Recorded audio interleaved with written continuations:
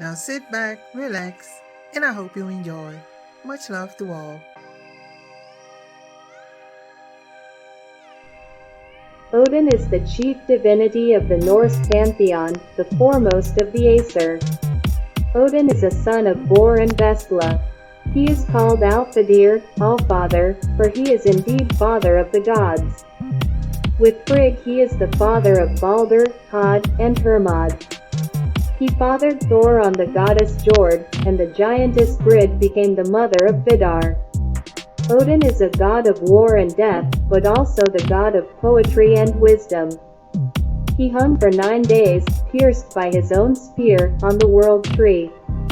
Here he learned 9 powerful songs, and 18 runes. Odin can make the dead speak to question the wisest amongst them. His hall in Asgard is the last shelf of the slain, where his throne Hilidskjalf is located. From this throne he observes all that happens in the 9 worlds. The tidings are brought to him by his 2 raven Hugin and Munin. He also resides in Valhalla, where the slain warriors are taken. Odin's attributes are the Speargingnir, which never misses its target, the ring Draupnir, from which every 9th night 8 new rings appear, and his 8-footed steed Sleipnir. He is accompanied by the wolves Freki and Jerry, to whom he gives his food, for he himself consumes nothing but wine. Odin has only one eye, which blazes like the sun. His other eye he traded for a drink from the well of wisdom, and gained immense knowledge. On the day of the final battle, Odin will be killed by the wolf Fenrir. He is also called Othin, Woden and Woden. Some of the aliases he uses to travel incognito among mortals are Vak and Valtum. Wednesday is named after him, Woden. Amongst his gifts to us, his children, was the greatest of all, the gift of writing.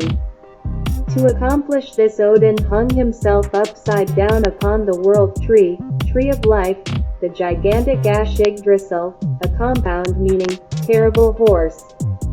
After 9 days of fasting and agony, in which he made of himself a sacrifice to himself, he fell screaming from the tree, having had revealed to him in a flash of insight the secret of the runes.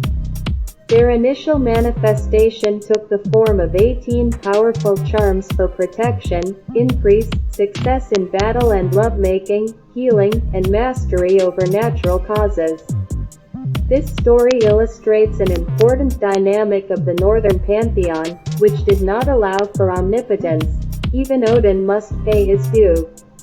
At Mimir's well, which lay deep under the roots of Yggdrasil, the world tree, the god had earlier chosen to undergo an important forfeit. Odin paid with one eye for a single drink of the enchanted water. His mouthful granted him wisdom and foresight. It is due to this sacrifice that Odin's face is depicted with a straight line indicating an empty eye, or alternately, in a wide-brimmed hat pulled down low over the missing orb.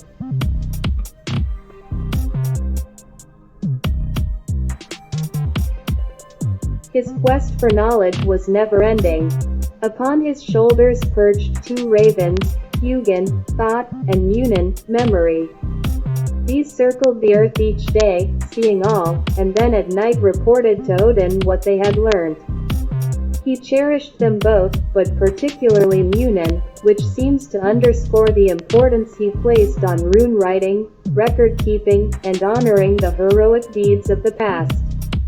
There is another bird associated with Odin, the eagle.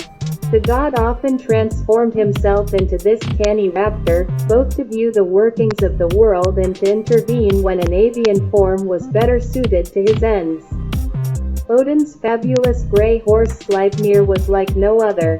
This is the 8-legged horse depicted so beautifully on the painted stones of Gotland, a now Swedish island in the Baltic. Sleipnir was the offspring of a giant's magical stallion and the trickster god, Loki, who disguised himself as an alluring mare to distract the stallion from the task of building a wall around Asgard, home of the gods. If the wall had been completed by a certain date, Freya, the goddess of beauty, war and sexuality would have been forfeit to the giant as payment for his labors. The gods also stood to lose the sun and the moon, but did not seem particularly concerned about their impending loss. Loki was successful, but vanished for a few seasons as he had to bear the fruit of his trickery. He returned to Odin leading his equine offspring, which he presented as a gift. With his 8 legs, Sleipnir could run twice as fast as ordinary steeds, and it is he who carries the valiant dead from the battlefield to Valhalla. Thank you for watching.